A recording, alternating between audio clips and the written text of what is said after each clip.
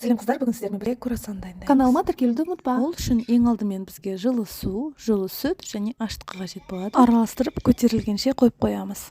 Бөлек ыдысқа ұн, қант, тұз саламыз.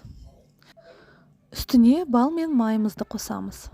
Көтерілген аштығымызды құямыз. 15 минут шамасында араластырамыз. Пленкамызға салып, мұздатқышқа демалдырып қоямыз. Сары майды қылып жаямыз, мұздатқышқа сала тұрамыз. Нанымызды тіктөртбұрыш қылып жайып, арасына майды саламыз. Жарты сағат демалдырып, конверт тәріздес бүктейміз. Жарты сағат демалған соң тағы да конверт қылып бүктейміз.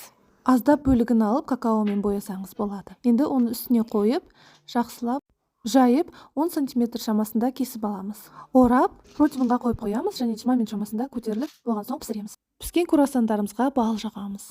Осымен біздің круассандарымыз дайын болды. Ас болсын, жасап көріңіздер.